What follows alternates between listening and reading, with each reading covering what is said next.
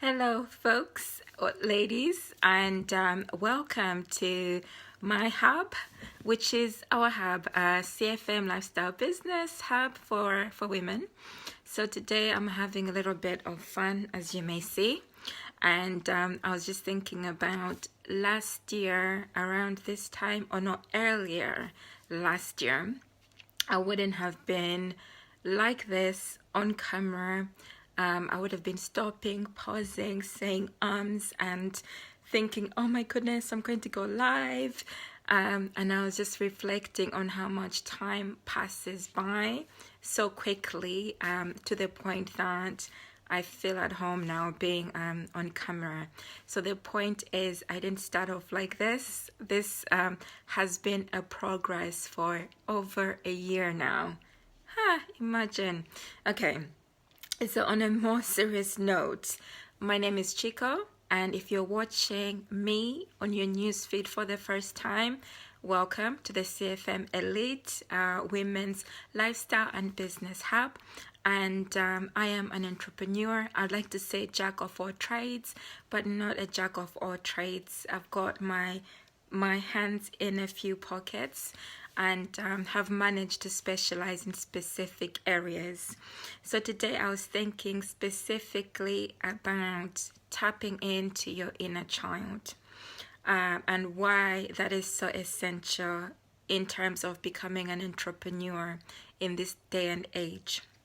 What I find through either communicating, networking with people, or through numerous clients that I've coached, is that I've found that sometimes when we are very focused on the day-to-day, the daily operations of being involved in our work life or home life, we can get caught up in that and then lose a sense of ourselves.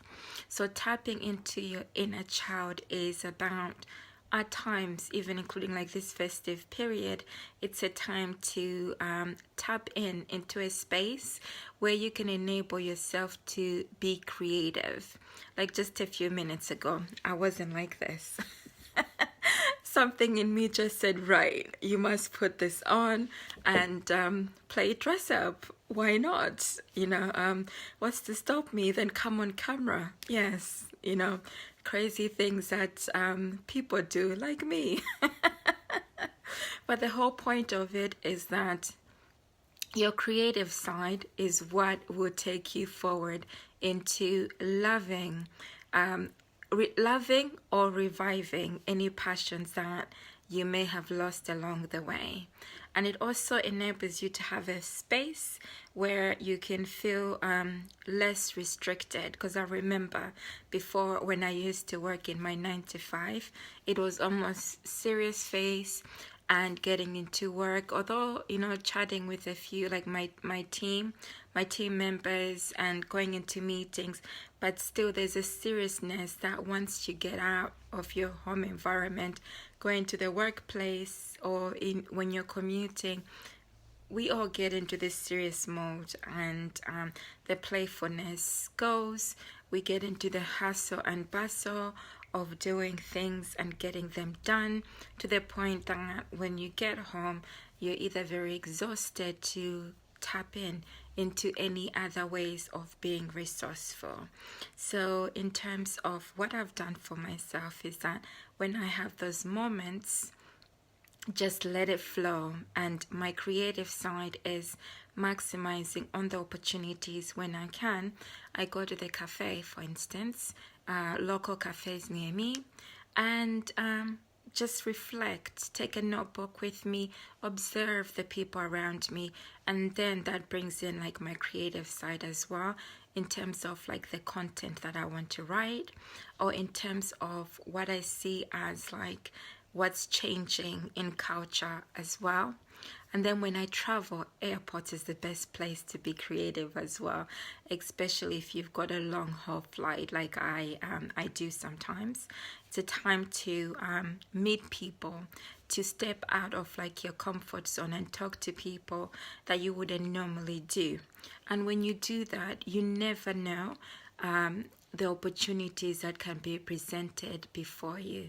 So even if it's just like commuting, like on a long journey or even a short journey, when you start off by smiling, that itself feeds off positive energy. So even if you're not feeling great inside, the moment you smile at somebody, that opens up like a new dialogue, or it just opens up a comfort level within yourself or the other person. That's what I've found anyway. So even I'd say half an hour ago, I was feeling like, oh my goodness, I need to sleep, but I have other things that I need to get on with. Then I was like, how can I change my state of being? Okay, so that's another tip, is that no matter where you are, sometimes we do have control in our state of being, because our mind tells us what we want to hear. Like my mind was telling me, you need to just relax, you need to just sleep, don't do this, don't come on the live, you can do it tomorrow. And if I was to do the live tomorrow, I wouldn't come on like this. I would be presenting a different person. But by switching my state, I was able to embrace what was happening in that moment and to take on the fun side and just let it flow. Up to the point now that I'm communicating with you, and anything that I'm saying to you, it's just something that's naturally flowing as I speak to you. So by breaking my routine, from feeling sleepy or from doing specific work to now, it just enables that space to become like innovative, as well as to tap into what you know you have, but you don't give at times yourself the opportunity to, because it's either time is too limited because of work, or we're too old to just be playful, we just have to be serious. So the festive period is a time as well to explore, to be yourself if you can, and tap into your true existence, of who you were meant to be, so that when you're entering the new year, you're still embracing that and heightening it to the point that you're living life. I'm like going like this, you're living life, like you can see me. You're living life the way it was intended, or the way you envisioned for yourself to be living life. So it's about letting go, letting yourself be free flow, if I can say that correctly, so that other opportunities can be presented to you. And I've found that to be true, is that when I've let go and I've just gone with my intuition, my gut intuition, I have enabled other doors, other opportunities to open, where now I have the opportunities to be able to be more in my creative space, which is writing, which is being here with you today, and being on social media, amongst other platforms like blogging as well. So these are things that I had talents in when I was younger, but I also let go of in terms of writing. So I used to have a diary. Some of you can relate to this. And slowly I started to walk away from that, although I was writing, but it wasn't as often as I wanted to, because the normalcy of everyday life was getting into the way. Okay, so I've enabled more space, and what that does for you and your psyche is that overall you start to feel confident within yourself. Overall you feel like things that you weren't able to achieve, you can start to achieve them slowly, and then you just excel and maintain consistency in expanding your creativity.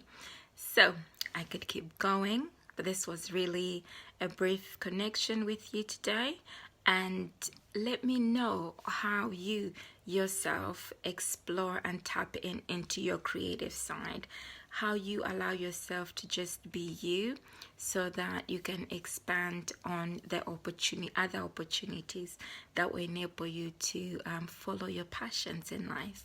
Thank you for joining me, and do press like, turn on the notification button so that it could be, yeah, I was going to say, it's at the top of my Facebook page. You see notification.